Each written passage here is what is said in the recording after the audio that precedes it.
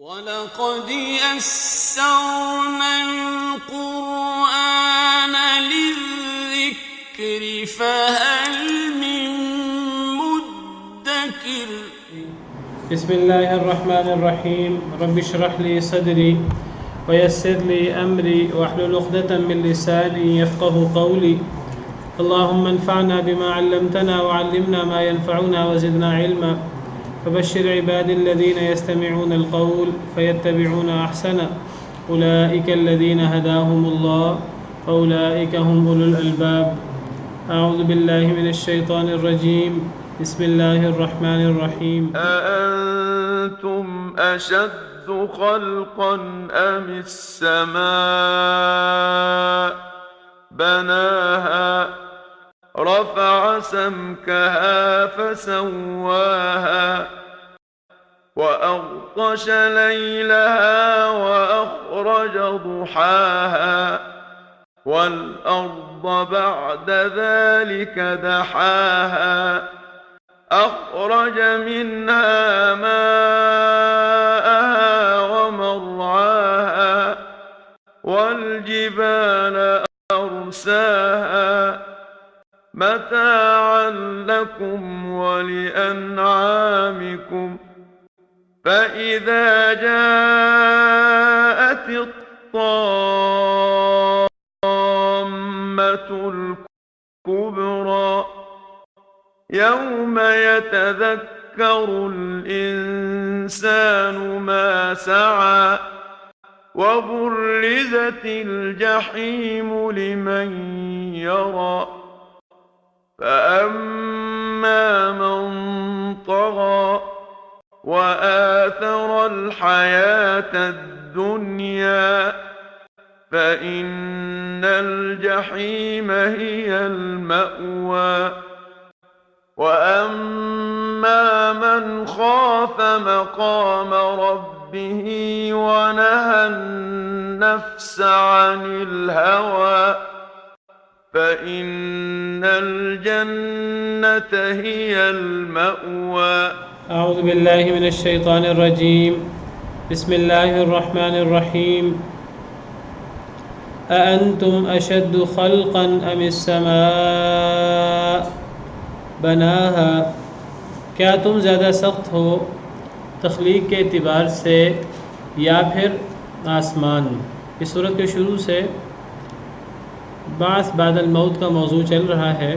موت کا ذکر ہوا شروع میں والنازعات غرقا والناشطات نشطا، اور پھر اس کے بعد بعث بعد الموت کا موضوع ذکر ہوا کہ کس طرح عرب مشرکین مکہ کس طرح مرنے کے بعد کی زندگی کا انکار کرتے تھے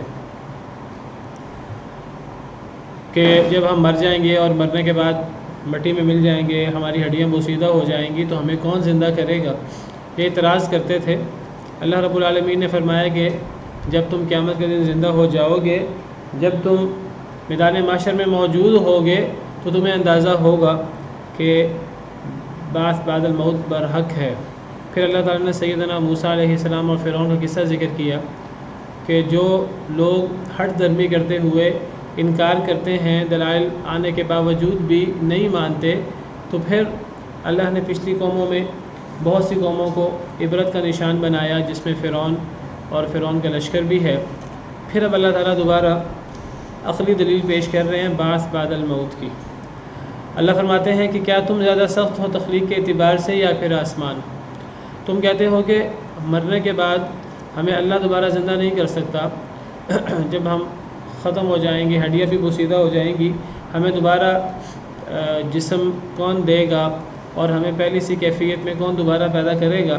تو اللہ فرماتے ہیں کہ ایک ہے تمہارا دوسری دفعہ پیدا کرنا، ایک تو ہے نا پہلی دفعہ پیدا کر دیا اللہ نے، وہ تم بھی مانتے ہو. دوسری دفعہ پیدا کرنا وہ زیادہ مشکل ہے یا پھر آسمان کو بنانا زیادہ مشکل ہے؟ آسمان اللہ کی کتنی عظیم مخلوق ہے، کتنی بڑی مخلوق ہے، تو آسمان کی تخلیق زیادہ مشکل ہے کہ تمہاری تخلیق؟ یہاں تمہاری تخلیق سے مراد دوسری تخلیق ہے جس کا وہ انکار کرتے تھے، پہلی تخلیق کا وہ انکار نہیں کرتے تھے. پہلی تخلیق کا تو کوئی بھی انکار نہیں کر سکتا. سب کہتے ہیں کہ پہلی تخلیق وہ اللہ رب العالمین نے کی ہے، اللہ رب العالمین ہمارے خالق ہیں. مشرکین مکہ بھی اس بات کے قائل تھے, سب اس بات کے قائل ہیں کہ اللہ ہی ہمارے خالق اور مالک ہیں. تو دوسری تخلیق کا انکار ہے. تو دوسری تخلیق کے بارے میں اللہ فرما رہے ہیں, مرنے کے بعد کی زندگی کے بارے میں اللہ فرما رہے ہیں کہ کیا تم زیادہ سخت ہو تخلیق کے اعتبار سے, یعنی دوسری تخلیق, مرنے کے بعد کی تخلیق. ام السماء یا آسمان, آسمان کی تخلیق زیادہ مشکل ہے یا تمہیں مرنے کے بعد دوبارہ پیدا کرنا. بناہا, اس نے اس کو بنایا ہے, اللہ نے آسمان کو بنایا ہے. جو اللہ آسمان کا خالق ہے تو وہ اللہ انسان کو دوبارہ پیدا کرنے پر قادر کیوں نہیں ہے؟ اس کے لیے کیا مشکل ہے کہ انسان کو دوبارہ پیدا کرے؟ اللہ نے اس بات کو قرآن کریم میں کئی موقعوں پر بیان فرمایا. اللہ فرماتے ہیں لخلق السماوات والارض اکبر من خلق الناس, سورہ غافر یا سورہ مومن آیت نمبر 57. اللہ فرماتے ہیں کہ آسمان و زمین کی تخلیق زیادہ بڑی چیز ہے من خلق الناس, لوگوں کی تخلیق سے. یہاں لوگوں کی تخلیق سے مراد کون سی تخلیق ہے؟ دوسری, مرنے کے بعد کی زندگی, بعث بعد الموت. تو زمین و آسمان کو پیدا کرنا یہ بہت بڑی چیز ہے. زمین یہ اس کی تخلیق زیادہ بڑی چیز ہے, آسمان تو پھر زمین سے بہت بڑا ہے. زمین و آسمان کی تخلیق لوگوں کی دوبارہ تخلیق سے بہت بڑی چیز ہے. تو جو اللہ زمین و آسمان کا خالق ہے تو وہ اللہ انسان کو دوبارہ پیدا نہیں کر سکتا. ولیکن اکثر الناس لا یعلمون, لیکن اکثر لوگ جانتے نہیں ہیں. ایک اور جگہ پر اللہ نے اس حقیقت کو اس انداز سے بیان فرمایا ہے, سورہ یاسین آیت نمبر 81, اور بھی کئی جگہ پر. اولیس الذی خلق السماوات والارض بقادر علی ان یخلق مثلهم, کیا اور نہیں وہ ذات جس نے پیدا کیا آسمانوں کو اور زمین کو, وہ قادر, جس اللہ نے زمین و آسمان کو پیدا کیا, وہ اس پر قادر نہیں کہ تم جیسا کو دوبارہ پیدا کر دے؟ اللہ اس پر قادر نہیں؟ بلا, کیوں نہیں, وہو الخلاق العلیم, وہ تو بہت بڑا خلاق ہے, جاننے والا ہے تخلیق کو اور تخلیق کے تمام معاملات کو جاننے والا ہے. تو اللہ کے لیے مرنے کے بعد دوبارہ پیدا کرنا کوئی مشکل نہیں ہے. جس اللہ نے زمین و آسمان کو پیدا فرمایا ہے, انما امرہ, بے شک اللہ کا حکم تو یہ, اللہ کا معاملہ تو یہ ہے, اللہ کی شان تو یہ ہے, اذا اراد شیئا, اگر اللہ نے کسی شے کا ارادہ کرنا ہوتا ہے, ان یقول له کن, اللہ کہتے ہیں اس کے لیے کن, ہو جا, فیکون, تو وہ ہو جاتی ہے. تو اللہ تو کن کہیں گے تو تم پیدا ہو جاؤ گے دوبارہ, اللہ کے لیے کوئی مشکل نہیں ہے. تو تمہاری تخلیق مرنے کے بعد کی دوبارہ زندگی زیادہ سخت ہے یا آسمان کی؟ بناہا, اللہ نے اس کو بنایا ہے. رفع سمکہا فسواہا, بلند کیا اس کی چھت کو, فسواہا, پس اسے ٹھیک ٹھاک کیا. یہ جو آسمان ہے یہ چھت کی جگہ پر ہے, اس کو قرآن کریم میں چھت قرار دیا گیا ہے. وجعلنا السماء سقفا محفوظا, سورہ انبیاء میں, ہم نے آسمان کو بنایا محفوظ چھت. وجعلنا السماء سقفا, سقف کا ہے, سقف عربی زبان میں چھت کو کہتے ہیں. ہم نے آسمان کو چھت بنایا ہے. یہاں اللہ فرماتے ہیں رفع سمکہا, اللہ نے بلند کیا سمکہا, اس کی چھت کو. سمک کی تفسیر بعض مفسرین نے چھت سے کی ہے اور بعض مفسرین نے بلندی سے کی ہے. بعض کہتے ہیں سمک کا مطلب چھت ہے اور بعض کہتے ہیں سمک سے مراد بلندی ہے. تو بلند کیا اس کی چھت کو یا بلند کیا اس کی بلندی کو, مفہوم ایک ہی ہے دونوں کا, نتیجہ ایک ہی ہے. آپ چھت کا معنی کر لیں سمک سے یا آپ بلندی کا معنی کر لیں. تو یہ جو آسمان جو بطور چھت موجود ہے, تو اس آسمان کو اللہ نے بلند کیا ہے. یہ بہت بلند ہے. اتنا بلند اللہ نے اس کو کیسے کر دیا؟ اور ہمیں اس کے کوئی درمیان میں ستون بھی نظر نہیں آتے. ہمیں دنیا کے اندر چھوٹی سی چھت بنانی ہوتی ہے تو ہمیں اس کے لیے کتنے پاپڑ بیلنے پڑتے ہیں اور اس کے لیے کتنا ہمیں ستون اور نظام پورا سسٹم بنانا پڑتا ہے. تو اللہ نے اتنا بلند کر دیا آسمان, اور اتنا مضبوط اور اتنا بڑا ہے آسمان, اسے کوئی چھت نہیں ہے. اللہ الذی رفع السماوات بغیر عمد ترونها, اللہ وہ ذات ہے جنہوں نے بلند کیا آسمانوں کو ان ستونوں کے بغیر جنہیں تم دیکھ سکو. تو آسمان کی پیدائش ہی نہیں, آسمان کو پیدا کرنا اور پھر اتنا بڑا آسمان, وہ بغیر سہارے کے, بغیر ستونوں کے, وہ ستون ہمیں نظر نہیں آتے. تو اللہ نے اس کو بلند کیا ہے. آسمان ہمارے لیے چھت کی طرح ہے. چھت سے کیا مراد ہے؟ یعنی جس طرح چھت ہمیں دھوپ سے, بارش سے, اندھیری سے, آندھی وغیرہ اور ان چیزوں سے بچاتی ہے, اس طرح آسمان ہمیں بہت ساری مصیبتوں سے بچاتا ہے. سائنسدان بتاتے ہیں کہ اگر یہ آسمان نہ ہو یا اوزون کی طے نہ ہو فلاں فلاں طے نہ ہو ہمارے اوپر تو پھر فلاں فلاں شعاعیں اور فلاں فلاں گیسیں جو ہیں وہ انسانی زندگی کو نقصان پہنچائیں. تو اللہ نے ہمارے اوپر ایک چھت بنائی ہے، آسمان کو ہمارے لیے ایک چھت کے طور پر بنایا ہے، اور یہ چھت ایسی ہے جو محفوظ چھت ہے، جو ہمیں محفوظ رکھتی ہے بہت سی چیزوں سے. وجعلنا السماء سقفا محفوظا. تو اس آسمان کو تخلیق کرنے والا اللہ ہے، اس آسمان کو بلند کرنے والا، اس بلند چھت کو بنانے والا، بلند کیا اس کی چھت کو اللہ ہے. فسواہا، پھر اللہ نے اسے بالکل درست بنایا ہے، ٹھیک ٹھاک بنایا ہے، درست اور ٹھیک ٹھاک بنایا ہے. یعنی اتنا بڑا آسمان ہے، اتنا بڑا آسمان ہے، اتنے بڑے آسمان کے اندر تمہیں کوئی کمی، کوئی کجی، کوئی شگاف، کوئی سوراخ، کوئی چیز نظر نہیں آئے گی. الذی خلق سبع سماوات طباقا، سورہ ملک میں اللہ فرماتے ہیں اللہ نے اوپر تلے 7 آسمان بنائے. ما تری فی خلق الرحمن من تفاوت، اللہ کی اس تخلیق میں تم کوئی کجی نہیں دیکھو گے. فرجع البصر هل تری من فطور، بار بار اپنی نظر لوٹاؤ. هل تری من فطور، کیا تم کوئی شگاف پاتے ہو؟ کوئی شگاف، کوئی کمی، کوئی کجی نہیں ہے، بالکل ٹھیک ٹھاک، درست، برابر. یہ بھی نہیں ہے کہ اونچا نیچا ہے، ہر لحاظ سے برابر اور ٹھیک ٹھاک ہے. وَأَغْطَشَ لَيْلَهَا وَأَخْرَجَ ضُحَاهَا، اور ڈھانپ دیا اس کی رات کو اور نکال دیا اس کی روشنی کو. تو اس کی رات کو ڈھانپ دیا اللہ نے. تو یہ جو زمین، اس زمین کے اوپر رات آتی ہے تو یہ رات کو اللہ نے ڈھانپ دیا ہے.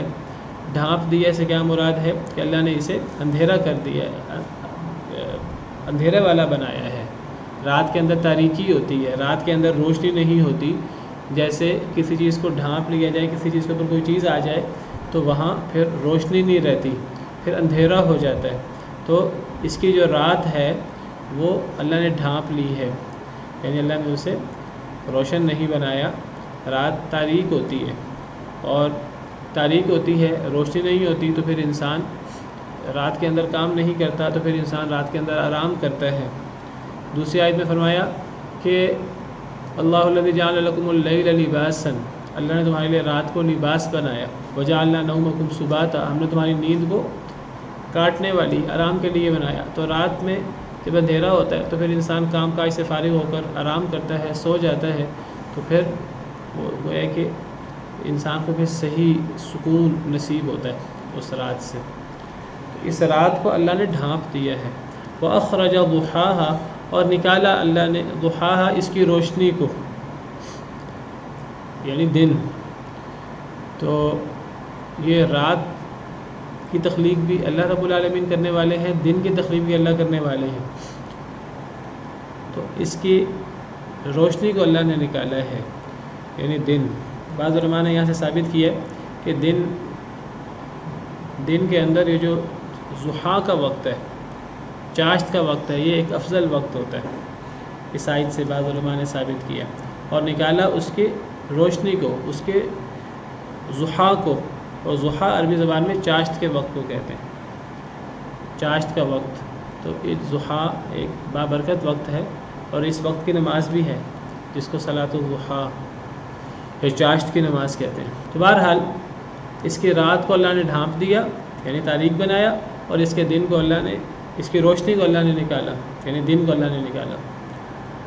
والارض بعد ذلك، تو یہ یعنی آسمان، زمین اور رات اور دن، یہ جو اللہ کی عظیم قدرت ہے، اس قدرت سے اللہ ثابت کر رہے ہیں کہ جو اللہ اتنا قادر ہے تو وہ اللہ انسانوں کو دوبارہ پیدا کیوں نہیں کر سکتا.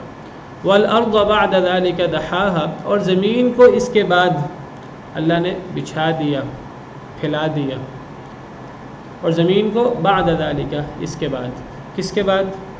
ان تمام چیزوں کے بعد جن کا پیچھے ذکر ہوا. پیچھے کس کا ذکر ہوا؟ پیچھے آسمان کا ذکر ہوا. تو زمین کو اس کے بعد اللہ نے بچھا دیا، پھیلا دیا. اب زمین جو ہے یہ آسمان کے بعد بنی ہے، اس آیت کریمہ سے ثابت ہوتا ہے کہ زمین آسمان کے بعد. تو قرآن کریم میں کئی آیات سے پتہ لگتا ہے کہ نہیں، زمین آسمان سے پہلے بنی ہے. سورہ بقرہ میں اللہ تعالیٰ فرماتے ہیں وَالَّذِي خَلَقَ لَكُم مَا فِي الْأَرْضِ جَمِيعًا، سورہ بقرہ آیت نمبر 29. اللہ وہ ذات ہے جس نے بنایا تمہارے لیے جو کچھ زمین میں ہے سارے کا سارا.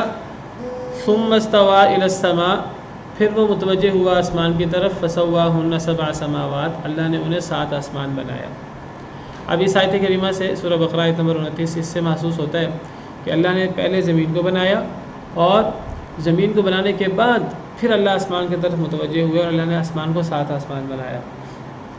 اور یہ جو ہم آیت کریمہ پڑھ رہے ہیں اس آیت کریمہ سے محسوس ہو رہا ہے سورہ نازعات آیت نمبر 30، زمین کو اللہ نے اس کے بعد بچھایا، یعنی گویا کہ زمین آسمان کے بعد۔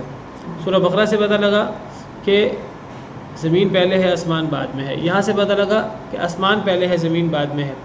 تو اب حقیقت کیا ہے، تطبیق کیا ہے ان دونوں باتوں میں؟ کون پہلے ہے، آسمان پہلے ہے کہ زمین پہلے ہے؟ اس پر تفصیل سے بات گزر چکی ہے پہلے، زمین پہلے ہے۔ تو پھر اس آیت کا معنی کیا ہوگا؟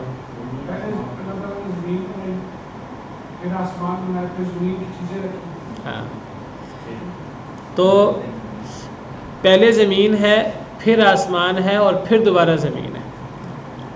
تو زمین کے 2 حصے کر لیجئے، ایک ہے زمین کی تخلیق ایز اے ہول، اور وہ پہلے ہے، پھر آسمان کی تخلیق اور آسمان و ما فیہا، 7 آسمان اور جو سب کچھ ہے، اور پھر اس کے بعد زمین کے اندر جو چیزیں بچھائی ہیں اللہ رب العالمین نے، زمین کے اندر سمندر، پہاڑ، زمین کے اندر شجر، حجر اور پورا نظام زمین کے اندر جو اللہ نے بنایا ہے، یہ سارا آسمانوں کے بعد ہے۔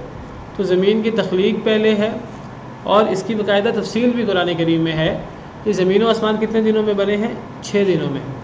تو زمین کی تخلیق 2 دنوں میں ہوئی ہے، پھر آسمان کی تخلیق اور آسمان کے اندر جو کچھ ہے، آسمان بہت بڑا ہے لیکن آسمان و ما فیہا جو کچھ اس کے اندر ہے، آسمان کی تفصیلات، آسمان نے کیا کام کرنا ہے، یہ تمام تفصیلات یہ 2 دنوں میں ہے، آسمان اور آسمان کی تفصیلات۔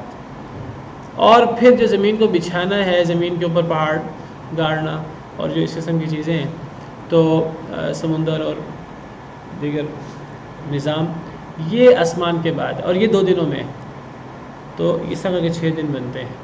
تو گویا کہ زمین کی تخلیق اور زمین کے اندر چیزوں کو بچھانا، چیزوں کو پھیلانا، یہ دونوں ملا کر 4 دن بنتے ہیں۔ اور آسمان، اور ایک آسمان ہی 7 آسمان اور جو آسمان کے اوپر سارا سسٹم ہے، سارا نظام ہے، یہ 2 دن میں بنتے ہیں۔ اب آپ کہیں گے کہ بھائی آسمان تو بہت بڑے ہیں، زمین تو بہت چھوٹی ہے، تو زمین 4 دنوں میں اور آسمان 2 دنوں میں، تو یہ ہمارے ذہن میں اشکال نہیں آنا چاہیے۔ اس لیے اشکال نہیں آنا چاہیے کہ یہ جو 2 دن یا 4 دن ہیں، یہ نہیں ہے اللہ کو وقت لگ گیا اور اللہ اسے پہلے بنا نہیں سکے، ولیعذ باللہ، یہ تو نعوذ باللہ ایک نقص کی بات ہے جو ہم اللہ رب العالمین کے بارے میں اگر ہم اس طرح سوچیں۔ یہ جو اللہ نے 2 دنوں میں زمین کی تخلیق کی، 2 دنوں میں آسمانوں کی، 7 آسمانوں کی وما فیہا یہ تخلیق فرمائی، اور پھر 2 دنوں میں زمین کو بچھایا، تو یہ اللہ کا ایک نظام ہے۔ اللہ نے کیوں اتنا وقت لگایا، کیوں 2 دنوں میں کیا؟ اس کی وجہ یہ نہیں ہے کہ اللہ تعالیٰ اس سے پہلے کر نہیں سکتے تھے اور یہ کام کوئی مشکل تھا، کوئی بوجھ تھا۔ اس کے پیچھے اور حکمتیں ہیں جو ہمارے عقل و فہم سے ماوراء ہیں، ہم ناقص ہیں اور ہماری عقل ناقص ہے۔ اللہ حکمت والے ہیں، جاننے والے ہیں، طاقت والے ہیں۔ اللہ چاہتے تو اللہ کلمہ کن سے زمین و آسمان بنا دیتے، ایک لمحے میں ہر چیز وجود میں آ جاتی، لیکن اللہ نے اگر 6 دنوں میں بنایا ہے تو یہ یہود کا عقیدہ ہے کہ 6 دنوں میں زمین و آسمان کو بنانے کے بعد اللہ تھک گئے تھے، ولیعذ باللہ، پھر اللہ نے 7ویں دن آرام فرمایا، تو ولیعذ باللہ یہ بہت بڑی صفت نقص ہے، یہ بہت بڑی گالی ہے، اللہ معاف کرے اللہ کے لیے، یہ اللہ کے لیے صفت نقص جو ہے وہ ثابت کرتے ہیں۔ تو اللہ کو کوئی تھکاوٹ نہیں ہوئی۔ اللہ فرماتے ہیں کہ سورہ قاف میں وما خلقنا السماوات والارض وما بینہما فی 6 ایام وما مسنا من لغوب، سورہ قاف کی آیت ہے، ہاں وَلَقَدْ خَلَقْنَا، سورہ قاف آیت نمبر 38، وَلَقَدْ خَلَقْنَا السَّمَاوَاتِ وَالْأَرْضَ وَمَا بَيْنَهُمَا فِي 6 ایام، ہم نے آسمان و زمین اور جو ان دونوں کے درمیان ہے انہیں 6 دنوں میں بنایا، وَمَا مَسَّنَا مِن لُغُوب، ہمیں کوئی تھکاوٹ نہیں آئی۔ تو پھر تھکاوٹ نہیں تھی، پھر اتنا وقت کیوں لگا؟ یہ اس کے پیچھے اللہ کی کوئی حکمت ہے۔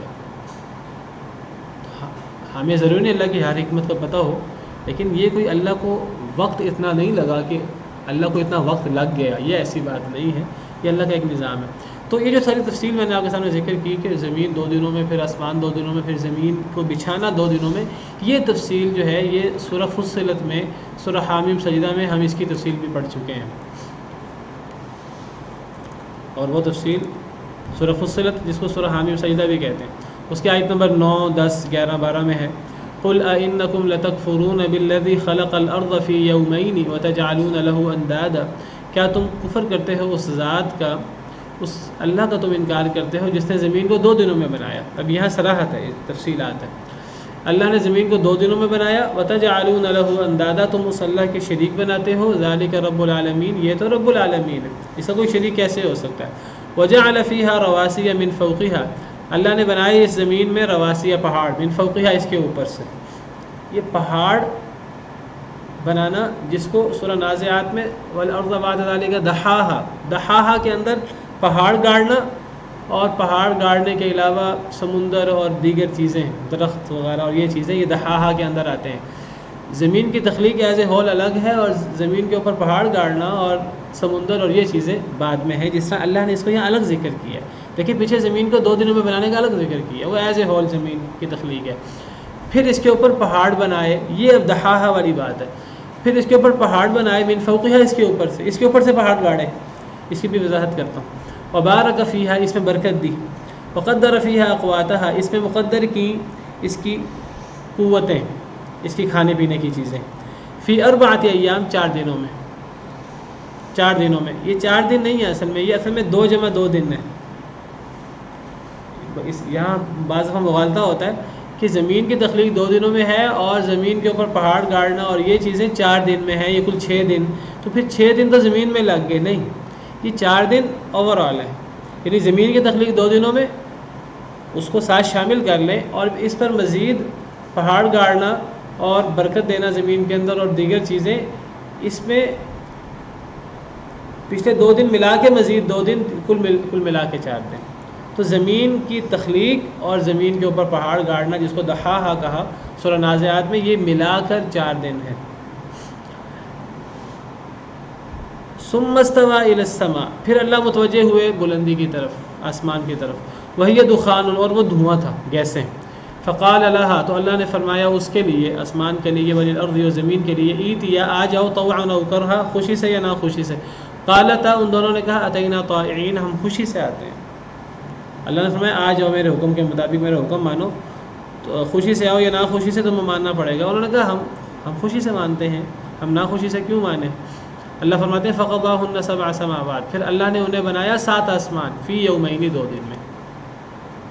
اب یہ آسمان جو ہیں یہ 2 دن میں بنے. وَأَوْحَىٰ فِي كُلِّ سَمَاءٍ أَمْرَهَا، اور ہر آسمان میں اپنا حکم بھی وحی کیا. ہر آسمان کا کیا کام ہے، ہر آسمان کی تفصیلات کیا ہیں، آسمان کی تخلیق بھی اور آسمان کی تفصیلات، یہ سب ملا کر 2 دن میں. وَزَيَّنَ السَّمَاءَ الدُّنْيَا بِمَصَابِيحَ وَحِفْظًا، اور ہم نے آسمان دنیا کو مزین کیا چراغوں کے ساتھ اور حفاظت کے لیے. آسمان دنیا کو اللہ نے زینت دی ستاروں سے، اور اس کو اللہ نے حفاظت کے لیے بنایا. ان چراغوں کو، ان ستاروں کو حفاظت کس سے؟ جنوں سے. جن آتے ہیں سننے کی کوشش کرتے ہیں تو انہیں شہاب ثاقب پڑھتے ہیں. ذالک تقدیر العزیز العلیم، یہ ہے اندازہ اس ذات کا جو العزیز ہے، العلیم ہے.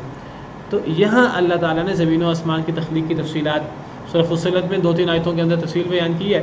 تو 2 دنوں میں زمین کی تخلیق، 2 دنوں میں زمین کے اوپر دحاہا جو ہے وہ یعنی پہاڑ گاڑنا اور برکت دینا اور اس کی چارہ وغیرہ اور یہ جو کھانے پینے کی چیزیں ہیں یہ، اور 2 دنوں میں آسمان. اچھا، اب یہ سورہ فصلت میں بھی ترتیب پوری طرح واضح نہیں ہے. وہاں محسوس ہوتا ہے جیسے زمین کی تخلیق اور زمین کے بعد پہاڑ گاڑنا وغیرہ یہ پہلے ہے اور آسمان بعد میں ہے.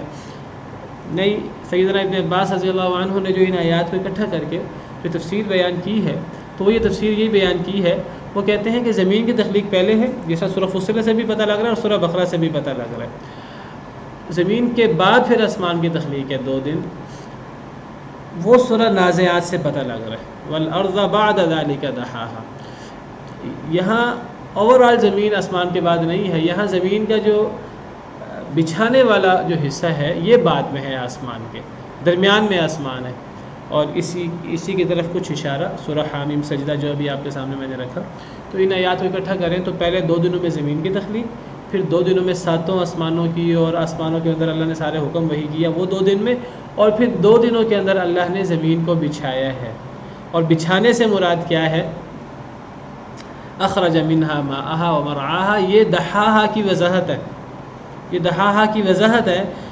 زمین کو اس کے بعد بچھایا. بچھانے میں کیا آتا ہے؟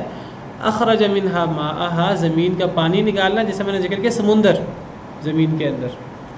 ومرعاہا، زمین کا چارہ، یہ جو کھانے پینے کی چیزیں ہیں، جس کو ہم نے سورہ فصلت میں پڑھا کہ قل انکم لتکفرون بالذی خلق الارض فی یومین وتجعلون له اندادا ذلک رب العالمین وجعل فیہا رواسی من فوقہا. یہ جو اللہ نے یہ فرمایا نا، یہ ہے اصل میں دحاہا. یہ پہاڑ اس کے اوپر سے گاڑنا، زمین میں برکت دینا، اور زمین میں کھانے پینے کی چیزیں، اقوات، قوت کی جمع اقوات، قوت کہتے ہیں کھانے پینے کی چیزیں. یہ سب چیزیں جو 2 دن میں ہیں اور پچھلے 2 دن ملا کر یہ 4 دن بن جاتے ہیں، یہ سب چیزیں دحاہا میں آتی ہیں. یہ جو آیت نمبر 10 ہے، اور یہاں سورہ نازعات میں اس کی وضاحت اس طرح فرمائی. دحاہا کے اندر کیا چیزیں آتی ہیں زمین کو بچھانے کے اندر؟ کہ زمین کا پانی نکالنا، سمندر، تالاب وغیرہ. یہ جو آسمان سے پانی برستا ہے تو یہ پانی برس کر زمین میں کہاں محفوظ ہوتا ہے، کس جگہ پر؟ تو یہ جو پانی کا سارا سسٹم جو اللہ نے بنایا ہے، یہ زمین کے بچھانے کے اندر یہ چیزیں آتی ہیں.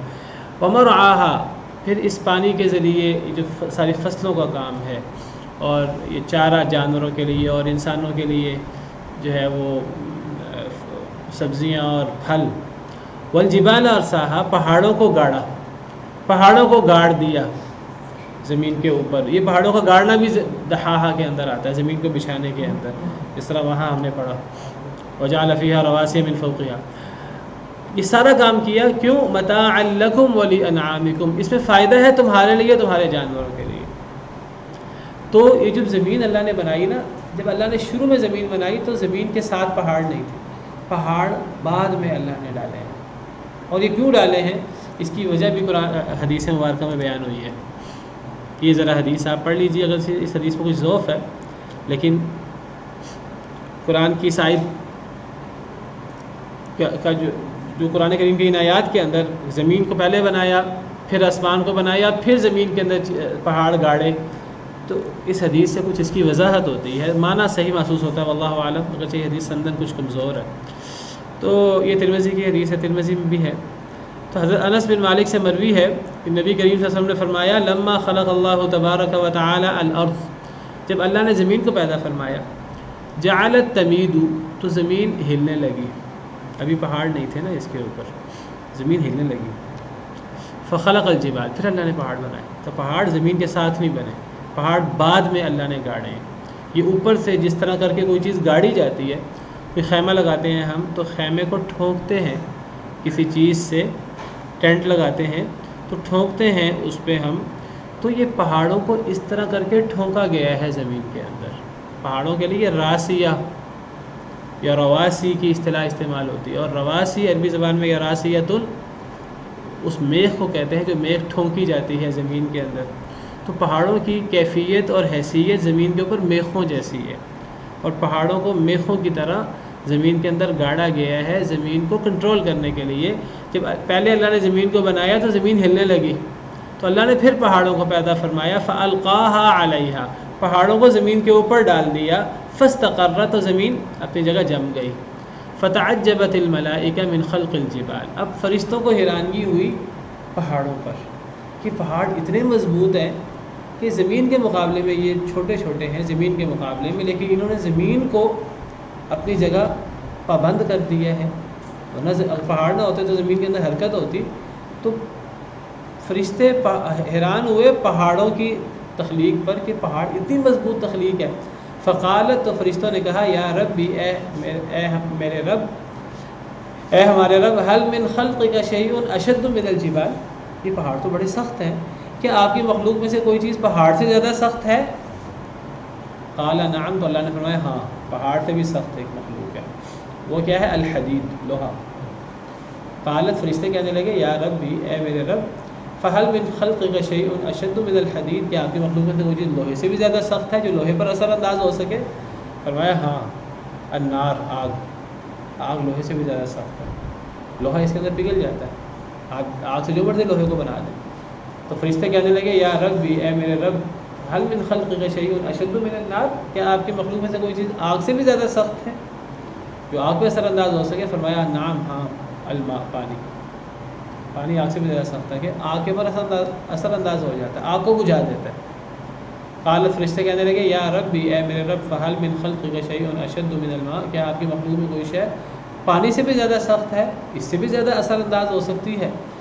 قال نعم، اللہ نے فرمایا جی ہاں، الریح، ہوا پانی سے بھی زیادہ سخت ہے، اس معنی میں کہ پانی کو جہاں چاہے لے جائے، جب طوفان آتا ہے، جب ہوا چلتی ہے، جب جکڑ چلتے ہیں تو سمندر کے اندر طوفان آ جاتا ہے۔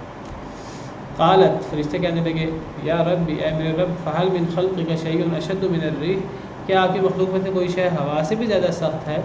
اللہ نے فرمایا جی ہاں، ابن آدم کا بیٹا، خاص طور پہ کب؟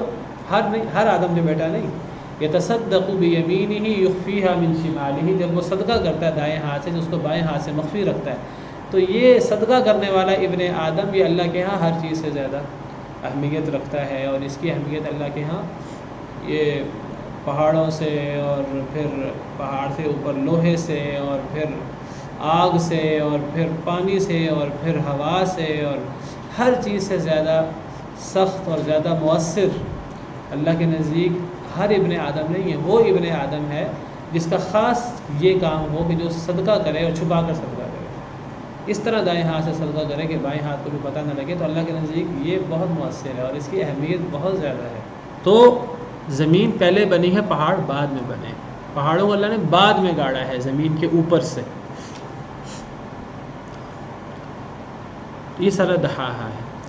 اچھا، عربی زبان میں شتر مرغ کے انڈے کے لیے لفظ دحو استعمال ہوتا ہے، دال، ہا اور واو، یہی جو اس کا روٹ ہے، یہ انڈے کے لیے، اور خاص طور پہ کس کے انڈے کے لیے؟ شتر مرغ کے انڈے کے لیے۔ عرب لوگ، آپ لغت دیکھیں، ڈکشنری دیکھیں، اس میں لکھا ہے کہ دال، ہا، واو، یہ عربی زبان میں شتر مرغ کے انڈے کے لیے استعمال ہوتا ہے۔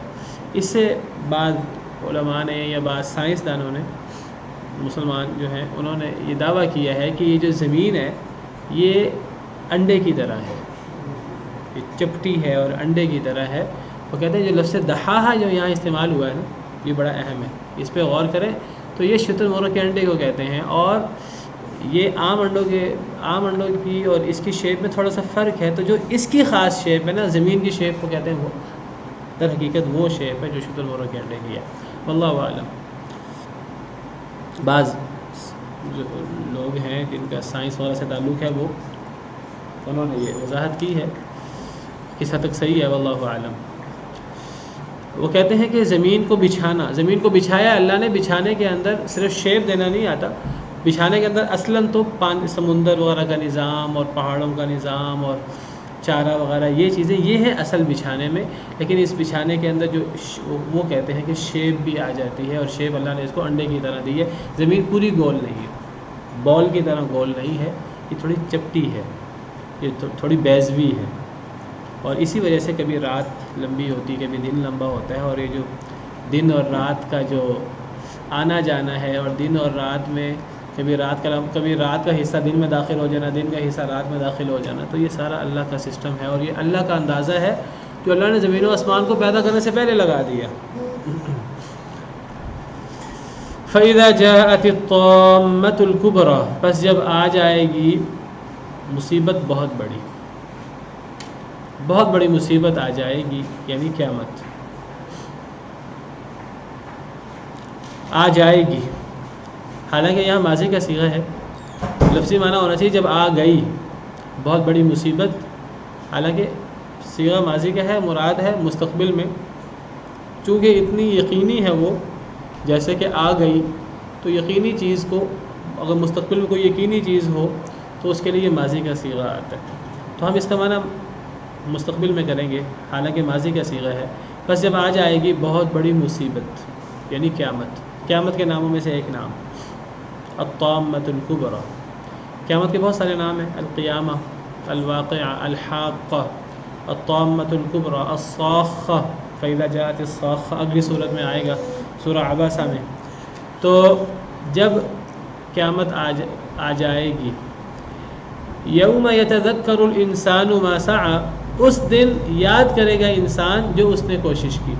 اب قیامت واقع ہو جائے گی، پھر میدان محشر ہوگا۔ اب میدان محشر میں انسان یاد کرے گا میں نے دنیا کے اندر کیسے زندگی گزاری، اچھی زندگی گزاری، بری زندگی گزاری۔ اب انسان حسرت کرے گا، ہر انسان حسرت کرے گا، برا ہو وہ بھی کرے گا، اور جو نیک ہو وہ بھی کرے گا۔ برا کرے گا کاش کہ میں نیک کام کر لیتا، اور نیک حسرت کرے گا کاش کہ میں زیادہ نیکی کر لیتا۔ ہر انسان یاد کرے گا، توجہ کرے گا کہ میں نے کیسے زندگی گزاری، دنیا کیسے گزاری۔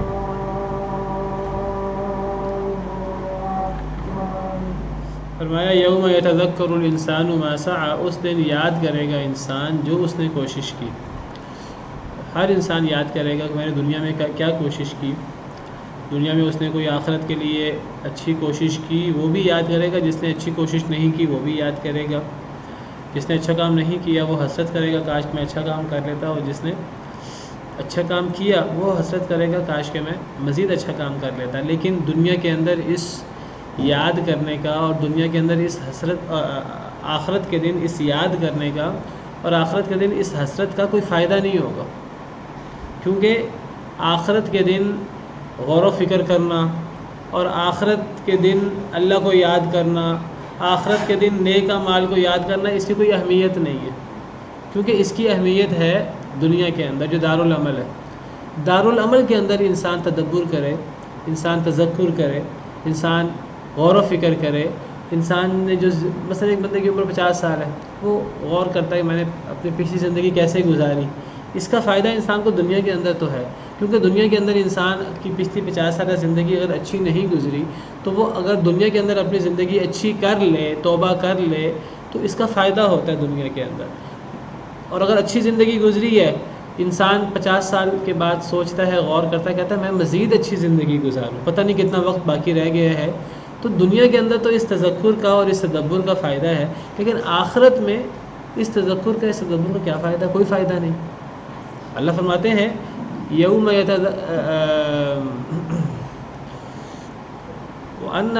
یومئذ یتذکر الانسان وانى له الذکریٰ، قیامت کے دن انسان جو ہے وہ نصیحت پکڑے گا، تذکر کرے گا، لیکن اس کو اب نصیحت کہاں سے ملے؟ آخرت کے دن اسے نصیحت نہیں مل سکتی، کیونکہ اب آخرت جو ہے وہ کوئی دارالعمل تو ہے نہیں۔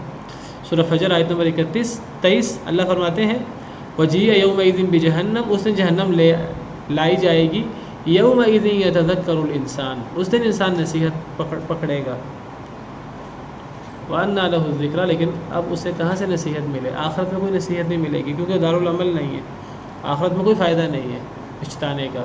تو یہ نصیحت اگر دنیا میں انسان حاصل کرے تو فائدہ ہے۔ وبرزت الجحیم لمن یریٰ، اور ظاہر کر دی جائے گی جہنم اس کے لیے جو دیکھے۔ جہنم ظاہر کر دی جائے گی، جہنم نمایاں کر دی جائے گی، جہنم قریب لائی جائے گی، جنت بھی قریب لائی جائے گی، جہنم بھی ظاہر کر دی جائے گی۔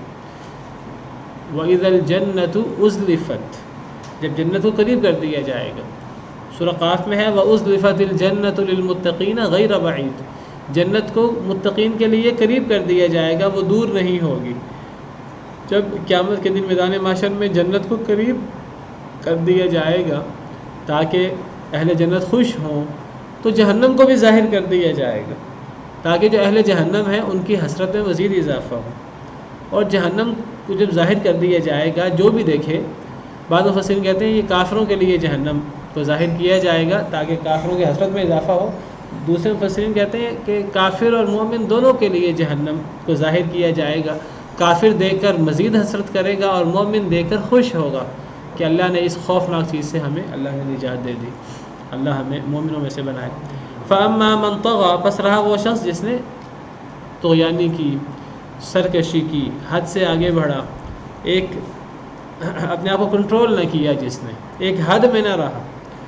دنیا کے اندر انسان کا کام یہ ہے کہ انسان ایک حد کے اندر رہے، انسان کہے کہ میں مخلوق ہوں اللہ کی، میں اللہ کے احکامات کا پابند ہوں، میں مکلف ہوں، اللہ نے مجھے دنیا کے اندر کسی مقصد کے لیے بھیجا ہے۔ جو بندہ ایک حد کے اندر رہتا ہے اس کی دنیا و آخرت اچھی ہو جاتی ہے، اور جو بندہ ایک حد کے اندر نہیں رہتا، حد کو کراس کر لیتا ہے، اس کو کہتے ہیں طغیانی۔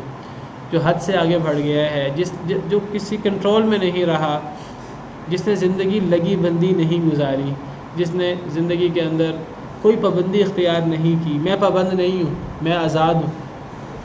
آج بڑا نعرہ ہے آزادی کا، تو آزادی کا یہ نتیجہ ہے. جو شخص حد سے آگے بڑھ گیا، سرکشی کی، وآثر الحیات الدنیا، اور دنیا کو ترجیح دی، دنیا کی زندگی کو، فإن الجحیم ہی المأویٰ، تو جہنم اس کا ٹھکانہ ہے. دنیا کو ترجیح دینے کا کیا مطلب ہے؟ ایک انسان دنیا اور آخرت میں سے وہ کہ دنیا میرا مطمع نظر دنیا ہے، میں دنیا کو اچھی بنانا چاہتا ہوں، صرف دنیا. جو بندہ دنیا کو ترجیح دے گا آخرت پر، تو اس کی آخرت تباہ ہوگی. یہ نہیں ہو سکتا کہ دنیا کو آخرت پر ترجیح دی جائے تو کچھ آخرت بھی حاصل ہو جائے، یہ نہیں ہو سکتا. اگر دنیا کو آخرت پر ترجیح ہوگی تو آخرت تباہ ہوگی. دنیا ملتی کہ نہیں ملتی اس کا کوئی گارنٹی نہیں ہے، اس کی کوئی گارنٹی نہیں ہے دنیا ملے کہ نہ ملے. ایک بندے کی کوشش ہے، وہ دنیا کو ترجیح دیتا ہے، اس کوشش کا ایک نتیجہ تو حتمی ہے، آخرت نہیں ہوگی، آخرت میں جہنم ہوگی، آخرت تباہ و برباد ہوگی. دنیا ملتی کہ نہیں ملتی یہ مسئلہ بات کا ہے کہ دنیا ملتی کہ نہیں ملتی. لیکن ایک بندہ اگر آخرت کو ترجیح دے، دنیا کو ترجیح نہ دے، یہ تو وہ لوگ ہیں جو دنیا کو ترجیح دیتے ہیں، ان کا تو جہنم ٹھکانہ ہے. اگر ایک بندہ آخرت کو ترجیح دے، اس کی دنیا بھی اللہ تعالیٰ ختم نہیں کرتے، اس کو دنیا بھی مل جاتی ہے. دنیا بلکہ اس کو ذلیل ہو کر ملتی ہے، دنیا اس کے سامنے ذلیل ہو جاتی ہے. ایک بندہ دنیا کا پیچھا نہیں کرتا، وہ آخرت کا پیچھا کرتا ہے، اللہ دنیا کو اس کے پیچھے لگا دیتے ہیں. اسے نہ ملے دنیا کافروں کی طرح، اس کو اتنی پرواہ بھی نہیں ہے.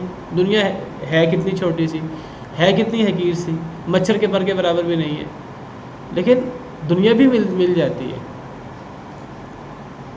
تو اللہ فرماتے ہیں کہ اللہ سے دنیا آخرت دونوں مانگو، دنیا کی بھلائی بھی مانگو، آخرت کی بھلائی بھی مانگو، لیکن ترجیح ہم نے کس کو دینی ہے؟ آخرت کو. جو بندہ دنیا کو ترجیح دے گا وہ تباہ و برباد ہو گیا، دنیا بھی تباہ، آخرت کی تباہ. تو یہ حدیث جو ہے یہ ذہن میں رکھیے، یہ حدیث بہت اہم ہے اس حوالے سے.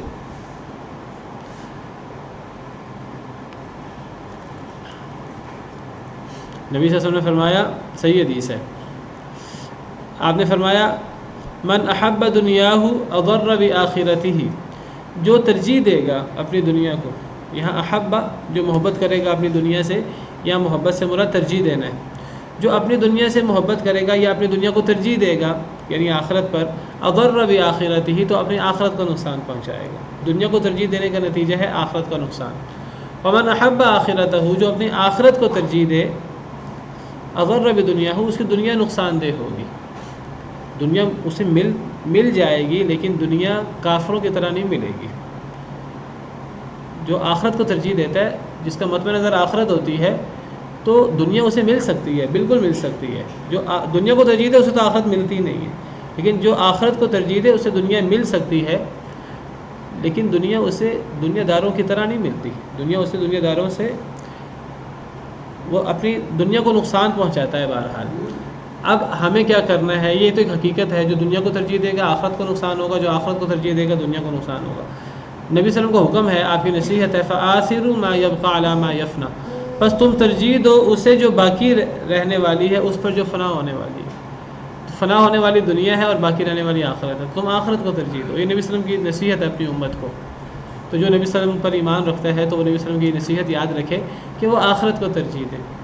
اسی لیے اللہ نے فرمایا بل تؤثرون الحیات الدنیا والآخرۃ خیر وابقى، تم دنیا کو ترجیح دیتے ہو حالانکہ آخرت زیادہ بہتر ہے اور باقی رہنے والی ہے، لیکن تمہیں آخرت کو ترجیح دینی چاہیے. یہی نبی صلی اللہ علیہ وسلم کی نصیحت بھی ہے. جو دنیا کو ترجیح دے پھر اس کا ٹھکانہ جہنم ہے. وَأَمَّا مَنْ خَافَ مَقَامَ رَبِّهِ وَنَهَى النَّفْسَ عَنِ الْهَوَىٰ، اور رہا وہ شخص جو ڈرے اپنے رب کے سامنے کھڑا ہونے سے اور روک لے اپنے نفس کو خواہش سے، فَإِنَّ الْجَنَّةَ هِيَ الْمَأْوَىٰ، تو جنت اس کا ٹھکانہ ہے. تو جو بندہ آخرت کو ترجیح دیتا ہے، آخرت کو ترجیح دینے کی دلیل یا اس کی علامت جو انسان پر نظر آتی ہے دنیا کے اندر، انسان ڈرتا ہے اللہ رب العالمین سے، اللہ رب العالمین کی نافرمانی سے، اللہ رب العالمین کے سامنے کھڑا ہونے سے، قیامت کے دن کے محاسبے سے ڈرتا ہے. میں نے اللہ کے سامنے پیش ہونا ہے، میں اللہ کو کیا جواب دوں گا. ہر عمل کرتے وقت اچھا ہو یا برا ہو، برا عمل ہو انسان ڈرتا ہے کہ میں برا عمل کروں تو اللہ کو کیا جواب دوں گا. اچھا عمل ہو انسان غور کرتا ہے کہ یہ اگر میں اچھا عمل کر رہا ہوں یہ کہ میں دنیا کے لیے تو نہیں کر رہا, یہ میں اللہ کے لیے کر رہا ہوں کہ دنیا کے لیے کر رہا ہوں. پھر اگر انسان اللہ کے لیے بھی کر رہا ہے پھر بھی انسان ڈرتا ہے. قبول ہوتا ہے کہ نہیں ہوتا؟ یہ ٹوٹی پھوٹی سی محنت ہے, اللہ قبول کرتے ہیں کہ نہیں کرتے؟ جب قبول ہو جائے اس کا کسی کو نہیں پتا, جب قبول ہو جائے پھر وہ کامیاب ہو جاتا ہے, وہ پار لگ جاتا ہے. تو ایک نیک شخص وہ ڈرتا ہے ہر حالت میں, گناہ کرتے ہوئے بھی ڈرتا ہے, نیکی کرتے ہوئے بھی ڈرتا ہے. یہ بہت بڑی بات ہے. وہ صرف گناہ کرتے ہوئے نہیں ڈرتا, وہ نیکی کرتے ہوئے بھی دل میں خوف ہوتا ہے. اللہ قرآن میں فرماتے ہیں نیک لوگوں کی صفات کے بارے میں, والذین یؤتون ما آتوا وقلوبهم وجلة انہم الی ربہم راجعون. وہ لوگ جو دیتے ہیں, جو بھی وہ دیں, صدقہ مراد ہے, جو بھی وہ صدقہ کریں وہ صدقہ کرتے ہیں. وقلوبهم وجلة, صدقہ کرنے کے بعد بھی ان کے دل ڈر رہے ہوتے ہیں. کیوں؟ انہم الی ربہم راجعون, انہوں نے اللہ کے پاس جانا ہے. یہ صدقہ پتہ نہیں قبول ہوتا کہ نہیں ہوتا, کہیں اللہ یہ نہ فرما دے کہ یہ تو نے میرے لیے کیا ہی نہیں, یہ تو نے دنیا کے لیے کیا ہے, یہ تو نے ریاکاری کے لیے کیا ہے, یہ تو نے دکھاوے کے لیے کیا, تجھے فائدہ مل گیا دنیا کا. یا ایک شخص نے کیا صدقہ لیکن خبیث چیز کا کیا, ایسی چیز کا کیا جو اسے پسند ہی نہیں ہے, اپنی من پسند چیز صدقہ نہیں کی. اللہ تو ردی چیز نہیں لیتے. ان اللہ طیب لا یقبل الا طیبا, اللہ تو پاک ہے, پاک چیز کو پسند کرتے ہیں. ایک بندے نے ردی چیز صدقہ کر دی, ٹھیک ہے ریاکاری نہیں کی, تو کیا اللہ قبول کریں گے؟ تو اللہ کس چیز کو قبول کرتے ہیں؟ پھر ایک بندہ کرتا ہے خلوص نہیں ہے دل کے اندر, تو یہ سب چیزیں. تو ایک بندہ گناہ کرتے ہوئے بھی ڈرتا ہے اللہ کے سامنے پیش ہونا, نیکی کرتے ہوئے بھی ڈرتا ہے کہ کہیں اس پہ ریاکاری نہ آ جائے, اس میں اخلاص کم نہ ہو جائے, کہیں اللہ قبول نہ کرے, کوئی ایسی وجہ نہ ہو. آدم کے دونوں بیٹوں نے صدقہ کیا, دونوں بیٹوں نے قربانی دی, ایک ہی قبول ہوئی ایک ہی قبول نہیں ہوئی. ایک انسان تب وہ کر ہم دے رہا ہے, اس کو ایک چٹی سمجھتے ہوئے دے رہا ہے کہ دل کی خوشی سے دے رہا ہے. ہم بہت سے اعمال اللہ کو راضی کرنے کے لیے چٹی سمجھتے ہوئے کرتے ہیں, وہ قبول ہوتے ہیں کہ نہیں ہوتے؟ قبول نہیں ہوتے. قبول وہ عمل ہوگا جو دل کی خوشی سے اخلاص کے ساتھ اللہ. تو یہ ان سب چیزوں کا خوف ہوتا ہے مومن کو. وَأَمَّا مَنْ خَافَ مَقَامَ رَبِّهِ, جو اپنے رب کے سامنے کھڑا ہونے سے ڈرے اور اپنے نفس کو خواہش سے بچا لے, فَإِنَّ الْجَنَّةَ هِيَ الْمَأْوَىٰ, تو جنت اس کا ٹھکانہ ہے. تو تقویٰ اور اللہ کا خوف یہ سب سے بڑی چیز ہے مومن کے نزدیک. اللہ تعالیٰ ہمارے اندر خوف پیدا کر دے, تقویٰ پیدا کر دے. سبحان ربک رب العزت عما یصفون. في رحمه تحلو الحياة شوقا